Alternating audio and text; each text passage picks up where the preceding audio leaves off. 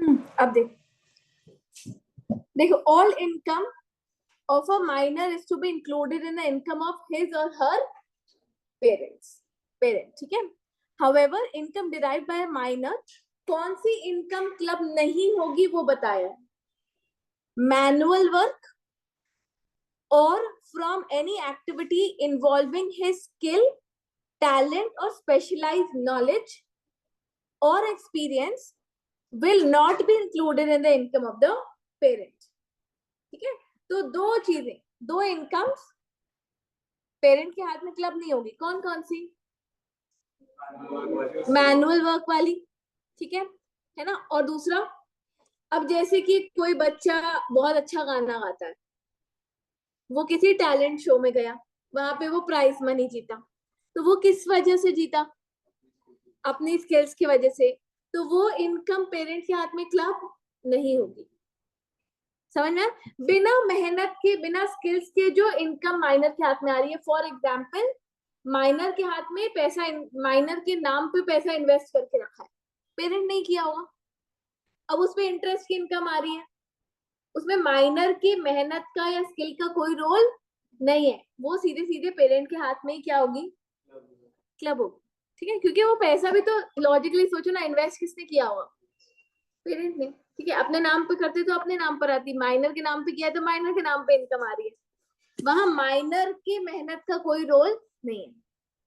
पहली चीज समझ में आई है ना। तो अपन जब नोट्स लिखेंगे तो अपन इसको एक्सेप्शन में लिख लेंगे कि मैनुअल वर्क और स्किल एक्सपीरियंस के कारण जो पैसा कमाया है वो क्लब नहीं होगा। थर्ड पॉइंट देखो, income of the minor will be included in the income of that parent whose total income excluding minor's income is, क्योंकि दोनों अगर पेरेंट्स पैसे कमा रहे हैं तो सवाल आएगा ना कि कहां पर क्लब होगी, मदर के हाथ में कि फादर के हाथ में, ठीक है।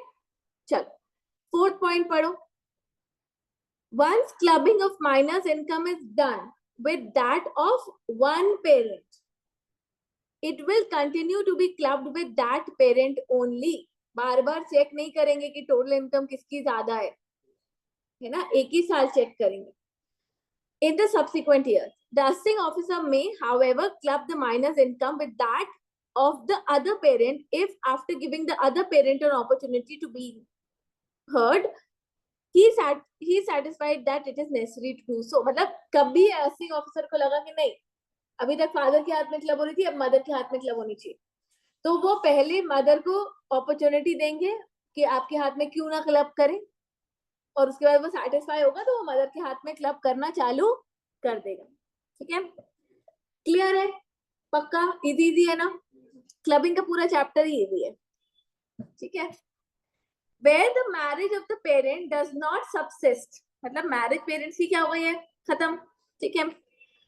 The income of the minor will be included in the income of that parent who maintains the minor child in the relevant previous year।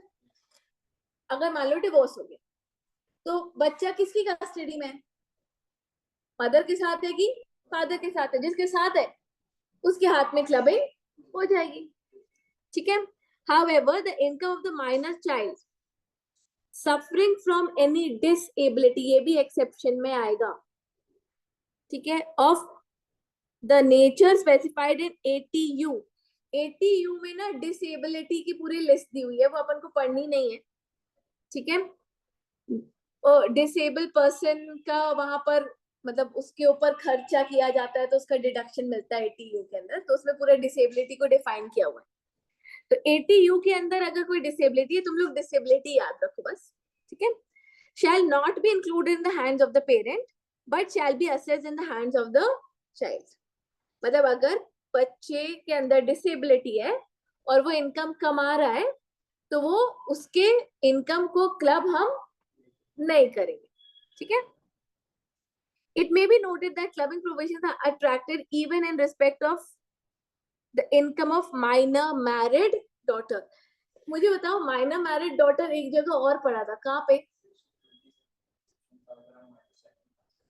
अगर हाउस प्रॉपर्टी माइनर चाइल्ड को माइनर मैरिड डॉटर को transfer होती है तो वो deemed owner का provision नहीं लगता, मतलब ट्रांसफरर को डीम्ड ओनर नहीं माना जाता, तो वहां तो क्लबिंग नहीं होती, बट यहाँ पर क्लबिंग होगी। समझ में आया? माइनर मैरिड डॉटर भी है, उसके हाथ में भी जो इनकम आएगी वो भी पेरेंट के हाथ में ही क्लब होगी। ठीक है, समझ गए? अब चेंज ही नहीं हुए।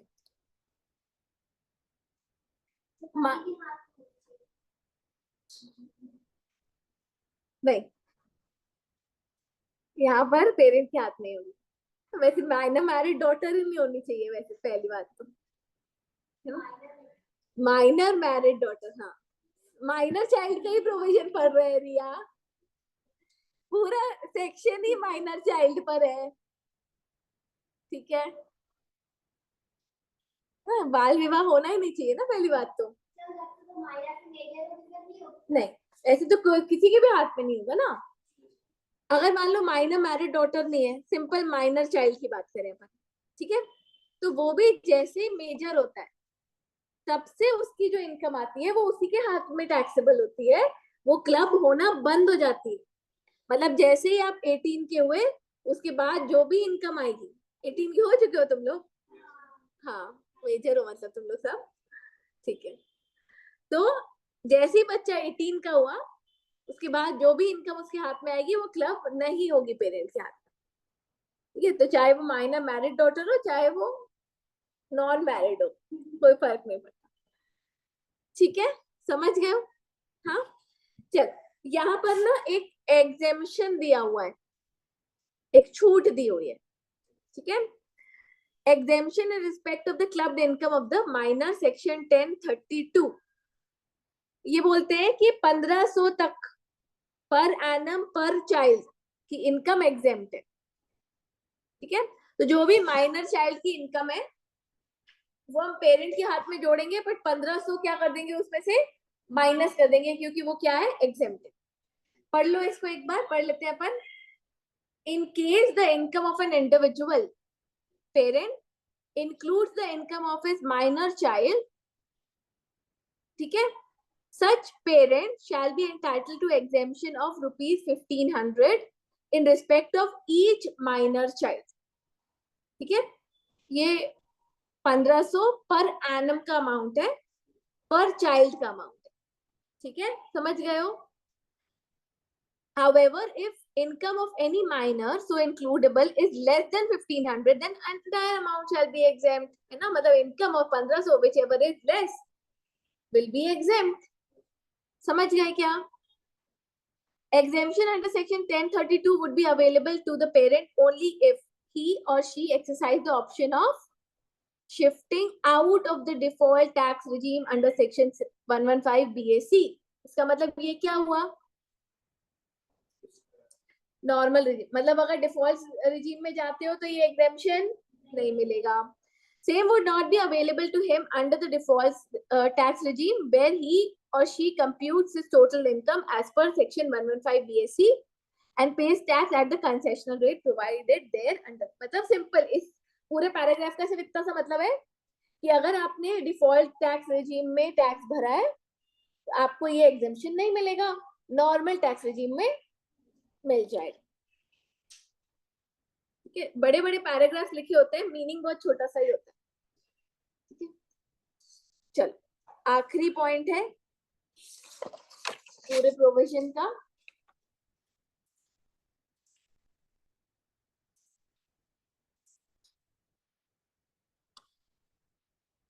इन केस द असेट ट्रांसफर, कुछ नहीं लिखा है इसमें, सेक्शन 27 के बारे में लिखा है, कि पढ़ो एक बार खुद से।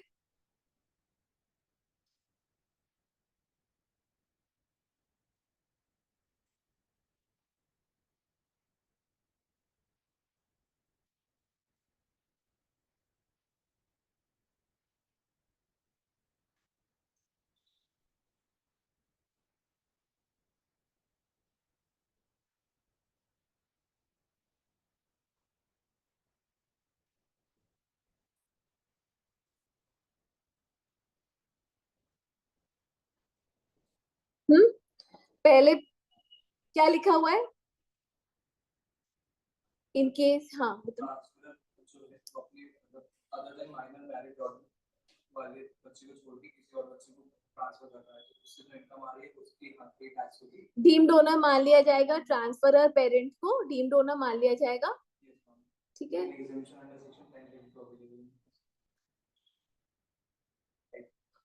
ये मेरी क्लास के पहले भी कॉल हुई थी क्या?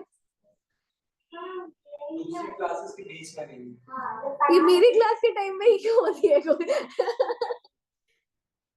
तुम लोग कोई जादू टोना तो नहीं कर रहे हो?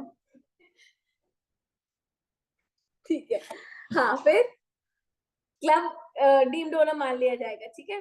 हाँ इतना तो हो गया। फिर देयरफॉर से क्या लिखा हुआ है? Therefore, the income from house property will be taxable in the hands of transferor parent. ठीक है, उसको डीम्ड डोनर मान। 64(1)(a) नहीं लगेगा, बिल्कुल सही, ठीक है। However, if the house property is transferred by the parent to his or her minor married daughter without consideration or for inadequate consideration, तो सेक्शन 27(1) तो लगता ही नहीं है वहां पर, है ना।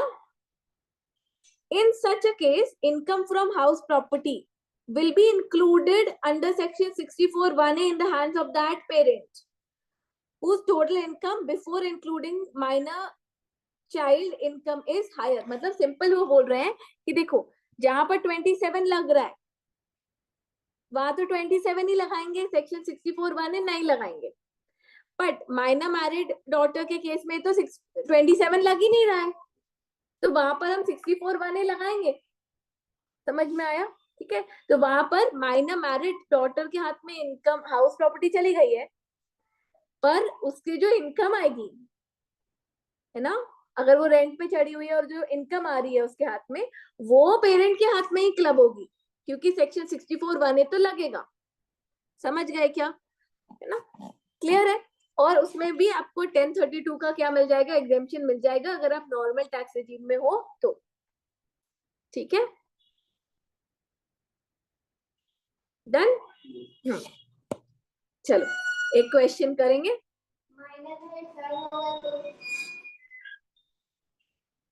तो नॉर्मल प्रोविजन लगेगी ना, सेक्शन 27 भी लग जाएगा उस केस में। तो अगर 27 लग रहा है तो 64(1)(a) नहीं लगेगा। वहां पर ऐसा लिखा है कि माइनर मैरिड सन। बेटा घर छोड़ के जाते क्या लड़के? नहीं जाते ना, उनको डाउरी भी नहीं मिलती, मतलब उनको सब जब माइनर तुम बाल विवाह करवा रहे हो तो सोच के देख, यहाँ पे बाल विवाह करवा रहे हैं क्या अपन शहर के अंदर? नहीं ना, गांव गांव में ही हो रहा होगा ना। तो जहाँ पर बाल विवाह तक हो रहा है अभी भी, तो वहां पे डाउरी वाली प्रथा नहीं चल रही होगी अभी भी तक। भाग कर तो फिर दहेज भी दिया होगा बेटा, ठीक है। वैसे बिना उसके तो मिल ही जाता है ना, तो दे ही देते हैं। हाँ गिफ्ट बोल के दे देते हैं, ठीक है। कहाँ चलती है मतलब कौन सी शादी हो रही है बिना गिफ्ट के, मुझे तो पता ही नहीं है, ठीक है। सब जगह चल रहा है। चलो इलस्ट्रेशन 7 पहले, अच्छा पहले लिखोगे फिर सॉल्व करोगे? लिखवा देती हूँ, हाँ लिख के करना है तो पहले प्रोफेशन लिख लो, चलो। हाँ सेक्शन 64(1)(a) 1(a) को ब्रैकेट में लिखना, 1(a) को ब्रैकेट में लिखा ना, हाँ हेडिंग डाल दिया मतलब वेरी नाइस। चल लिखो, income of minor child, income of minor child is taxable in hands of parent, is taxable in hands of parent whose income is more, whose income is more before clubbing minor's income, before clubbing minor's income।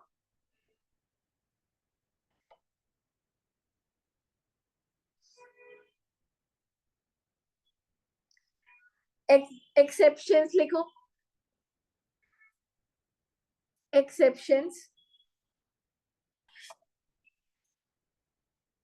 इसके अंदर लिखो in the following cases, in the following cases income of minor is, in the following cases income of minor is taxable in hands of, taxable in hands of minor only, मतलब clubbing नहीं होगी, ठीक है। First point लिखो, first point income due to manual work, income due to manual work. Second point लिखो income due to skill and talent, income due to skill and talent. Third point लिखो minor suffering from disability, minor suffering from disability।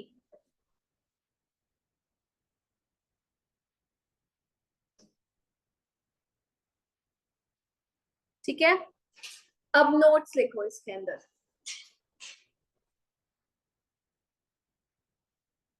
Notes में first point डालना बेटा,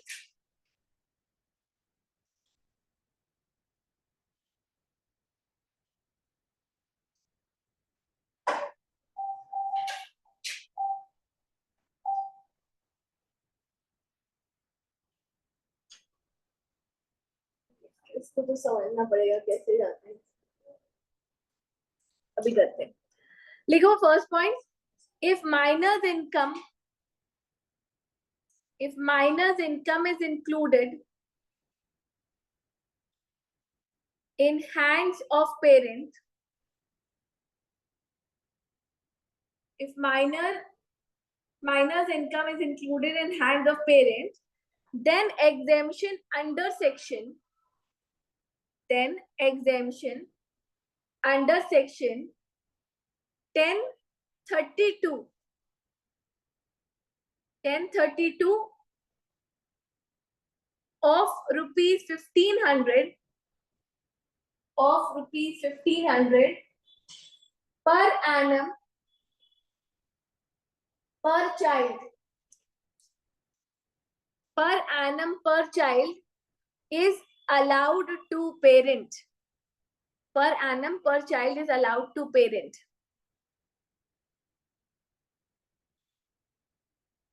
ठीक है, next line में लिखना but if assessee, but if assessee opted 115 BAC, opted 115 BAC, then this exemption is not available।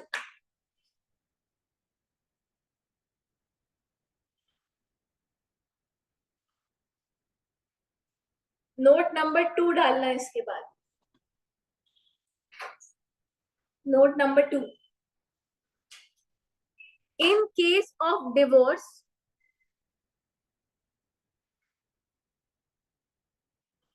in case of divorce, income of minor,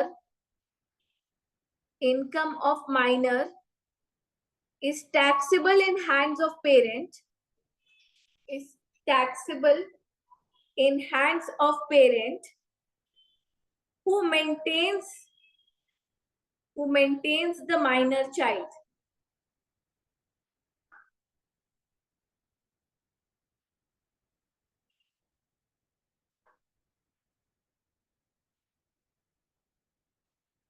third point लिखो, previous year लिखो, in previous year. Third point बोलो, once minor's income, once minor's income is clubbed in hands of one parent, in hands of one parent, Then in subsequent years also,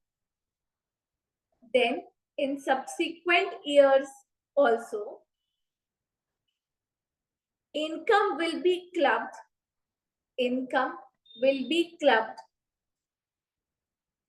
hands of same parent.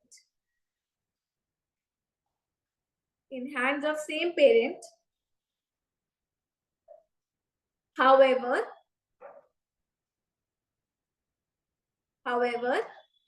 AO may change.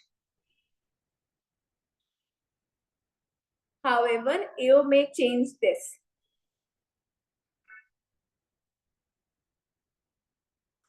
अच्छा, minor child में ना step child और legally adopted child भी include होगा, ठीक है ना? चलो 4th पॉइंट लिखो. Clubbing provision is applicable in case of minor married daughter,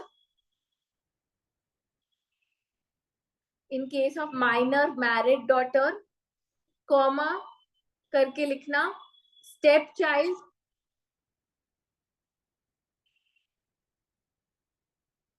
and legally adopted child.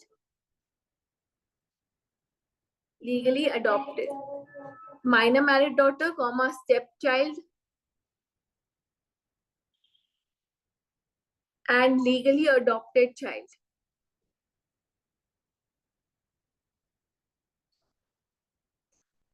चलो, illustration number 7.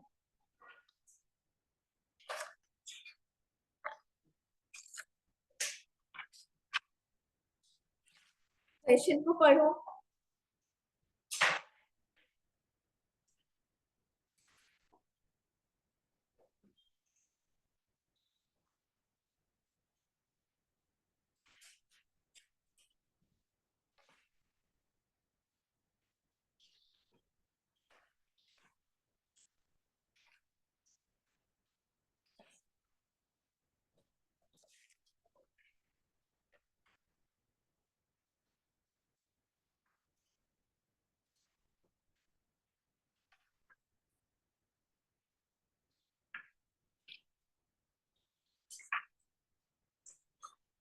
Mr. A has 3 minor children, 2 twin daughters, age 12 years, and 1 son, aged 16 years.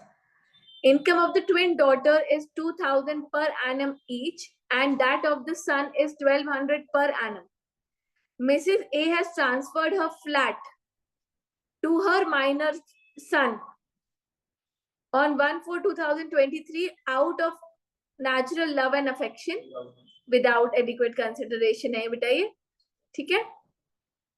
The flat was let out on the same date and rental income from the flat is 10,000 per month.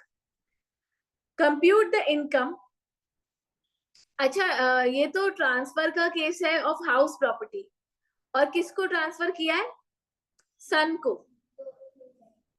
तो क्या मिलेगा? मिलेगा तो क्या मिलेगा?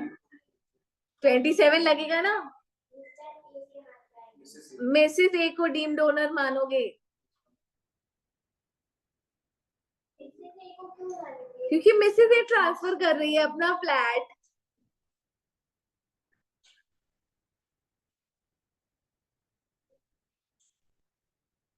Mrs A का flat है ना?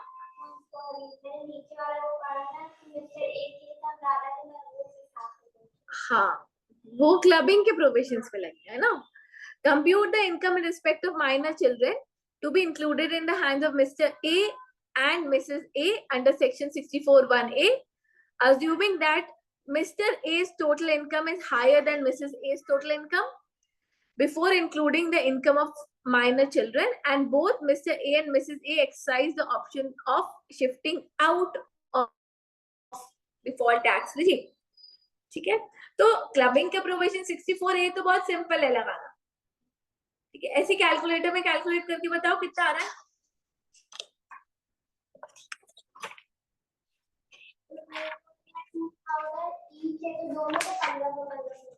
हाँ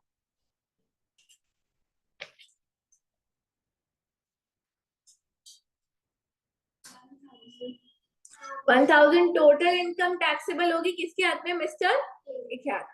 पर 27 भी पूछा जाएगा अगर मान लो तो 27 के अंडर मिसेस ए के हाथ में कितनी टैक्सेबिलिटी आएगी, कितनी इनकम आएगी।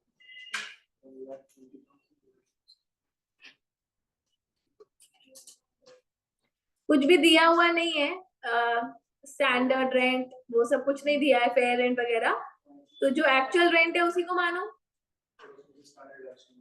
उसमें से स्टैंडर्ड डिडक्शन माइनस कर दो बस। 84,000 will be taxable in the hands of, समझ गए। लिखोगे इसको, घर पे लिख लोगे, पक्का से लिख लेना, चेक करवा लेना।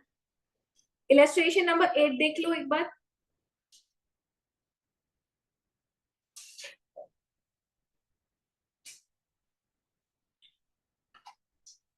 Gross total income of Mr. A and Mrs. A from the following information, assuming both exercise the option of shifting out of the default tax regime provided, ठीक है।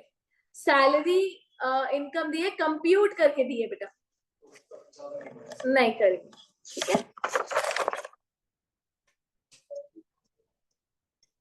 50,000 वाला प्रोविजन नहीं माइनस करेंगे बेटा, क्योंकि कंप्यूट करके दिया है ना। अगर वो ग्रॉस सैलरी होती तो फिर हम उसमें से स्टैंडर्ड डिडक्शन माइनस करते। तो 2,30,000 मिसेज ए की इनकम है। इनकम फ्रॉम प्रोफेशन है 3,90,000 का। Income of minor son B from company deposit 15,000। Income of minor daughter C from special talent, clubbing होगी नहीं। Income from bank, interest from bank received by C. C is minor daughter on deposit made out of her special talent. ये होगा क्या club?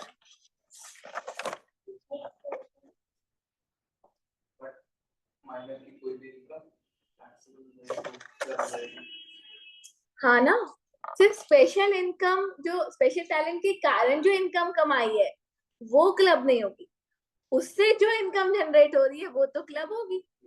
वो कहाँ लिखा कि income से इनकम जो जनरेट हो रही है वो क्लब नहीं होगी, वो तो क्लब होगी ना।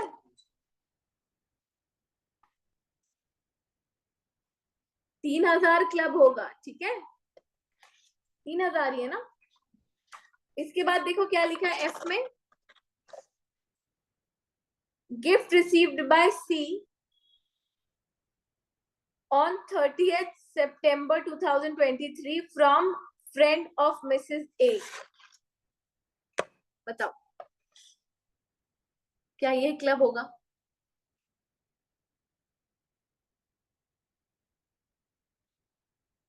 ये तो ट्रिकी क्वेश्चन निकला, सोचो।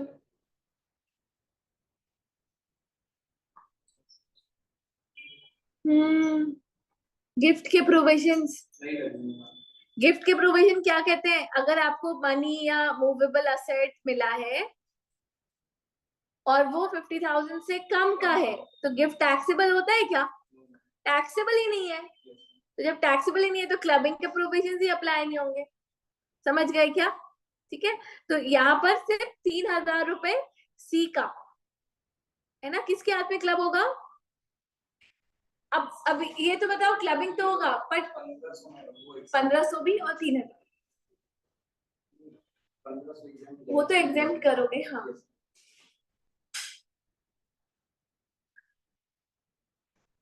3,000 क्लब होगा, उसमें से 1,500 एग्जाम पे जाएगा। पर किसके हाथ में क्लब करोगे? एक एक ही मिलेगी, समझ गए है ना। पहले दोनों की अलग अलग टोटल इनकम बता दो, ए की और मिसेज ए की, फिर अपन ए के हाथ में क्लबिंग करके टोटल इनकम उसकी निकाल देंगे, नीचे नोट डाल देंगे, क्योंकि before minor income child, minor child income mister A की इनकम क्या थी? ज्यादा थी, इसलिए क्लबिंग उसके हाथ में थी, ठीक है।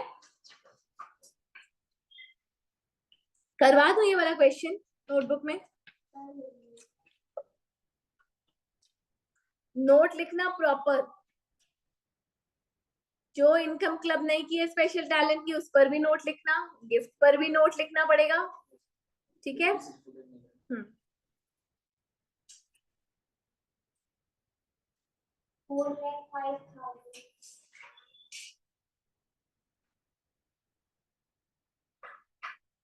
क्या 4,05,000?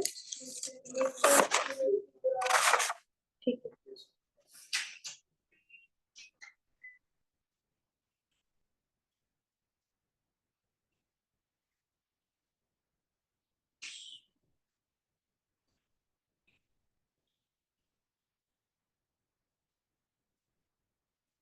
क्रॉस ट्रांसफर चाहिए। हाँ बेटा, क्रॉस ट्रांसफर पढ़ेंगे अभी। आगे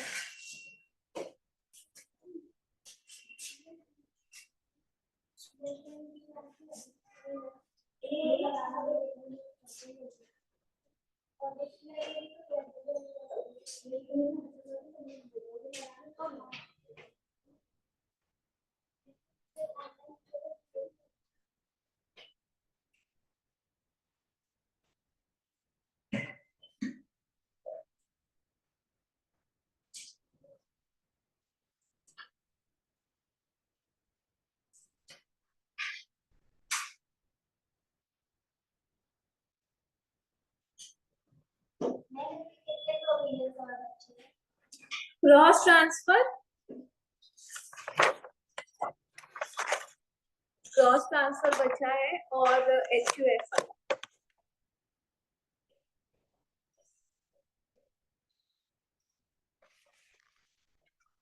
तो थक गए हो आज? क्यों? तो 1 घंटा लेट भी तो आए हो।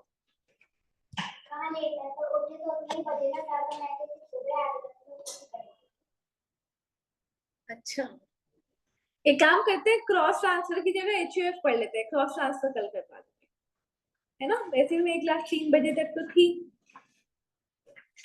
आज टाइम कैसे निकल गया मुझे समझ नहीं आया। लेट चालू की है अपन ने क्लास आज। हाँ, सर आए थे और मैं आ गई थी ऊपर। माइनर चाइल्ड में इतना टाइम लग गया कि आज पता ही नहीं चला है कि यहाँ टाइम चला गया। चलो HUF वाला कर लेते हैं, कोई दिक्कत नहीं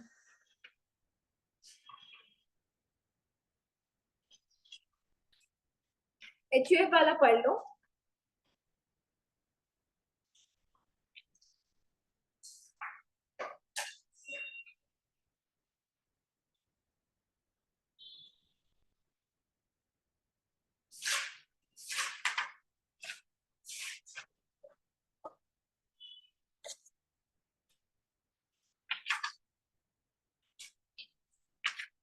कल क्या है? फ्राइडे।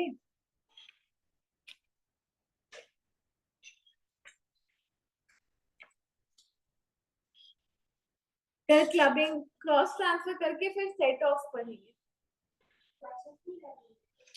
साथ साथ कर तो रहे, पीछे के क्वेश्चन कर सकते हो।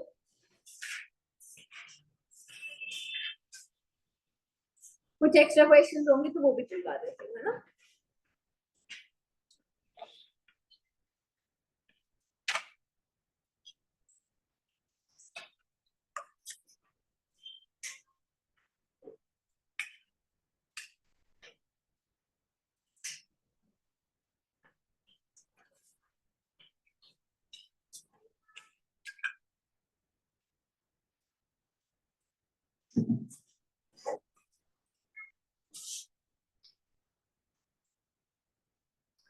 चलो HUF वाला प्रोविजन निकालो।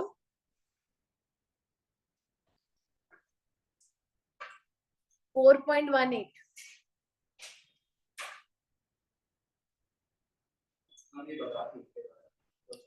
नहीं ये डिसाइड हुआ कि कल करेंगे cross transfer. Conversion of self-acquired property into the property of a HUF। ठीक है, आपकी खुद की पर्सनल प्रॉपर्टी आपने फैमिली प्रॉपर्टी के ग्रुप में डाल दी। समझ में आया? ठीक है। सेक्शन 64(2) क्या हो गया, इतनी हंसी क्यों आ रही है?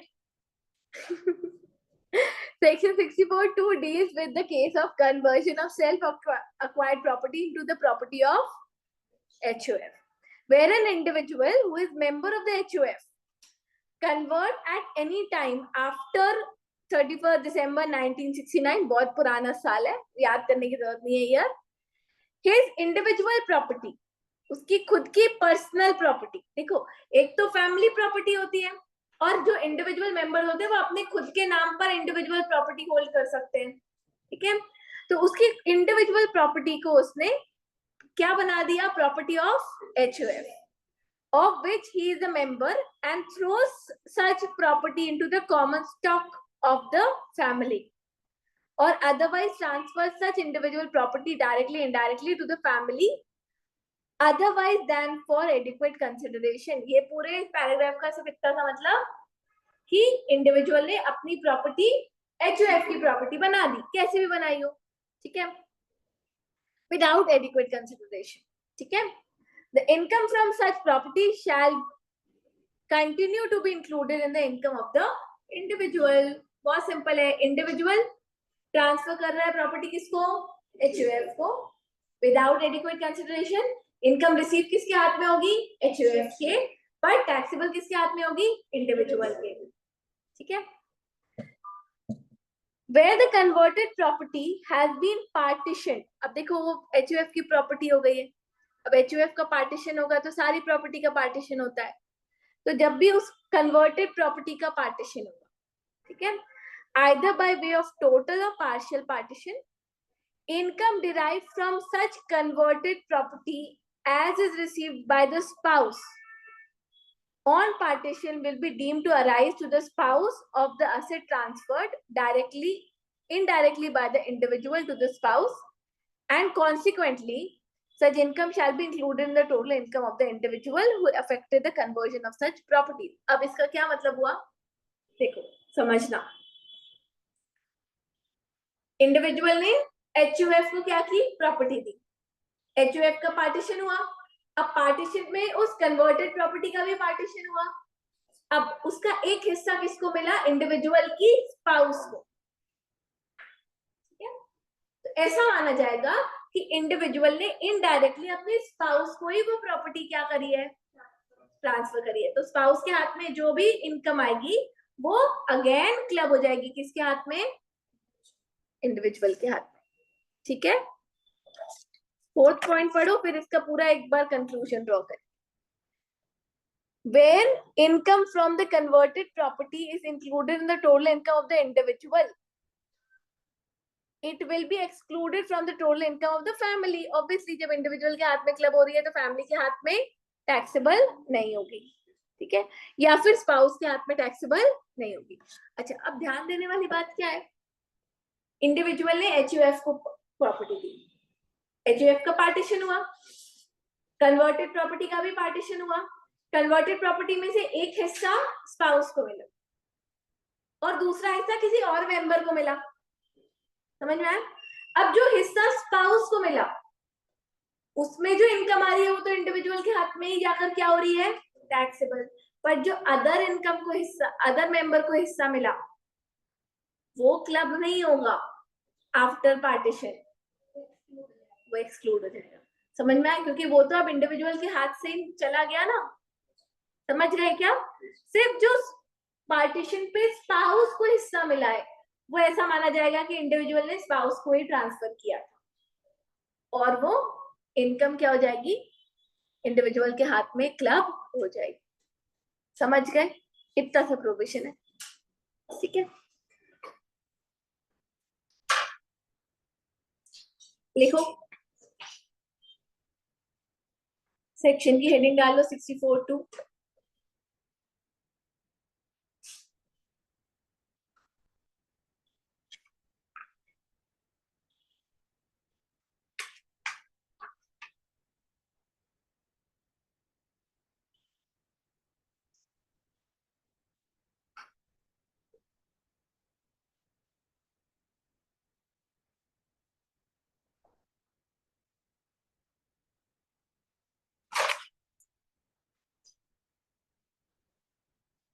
बोलू, if any individual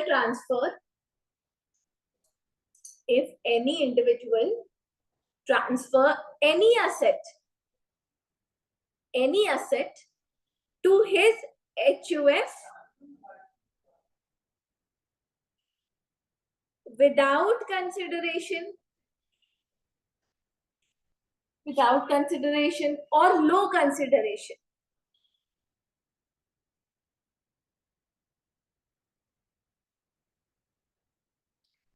then income from such asset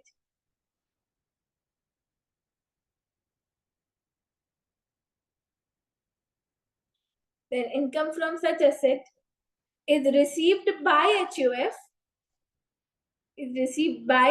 HUF but taxable in the hands of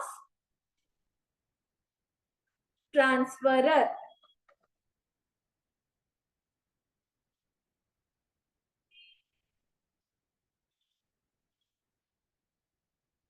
ठीक है, इसमें नोट डालो, वो स्पाउस वाला नोट डाल लेते हैं.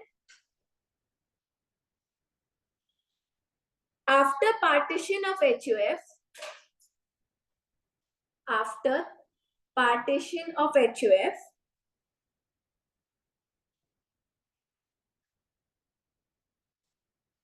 income from such converted asset, converted से समझ में आ जाएगा ना, या ट्रांसफर्ड एसेट लिख लो. इनकम फ्रॉम सच कन्वर्टेड या transferred asset received by spouse. Income from such transferred or converted asset received by spouse shall be included in the hands of individual, shall be clubbed in the hands of individual. Bracket में लिखना transferor.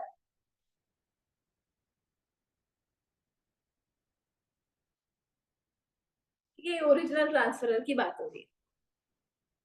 ठीक है ना. इसके नीचे ना जगह छोड़ना, कल डायग्राम भी बनवा दूंगी इसका.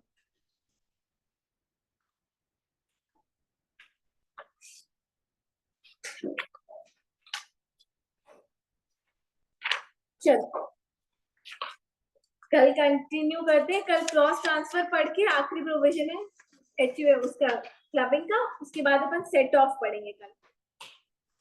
ठीक है.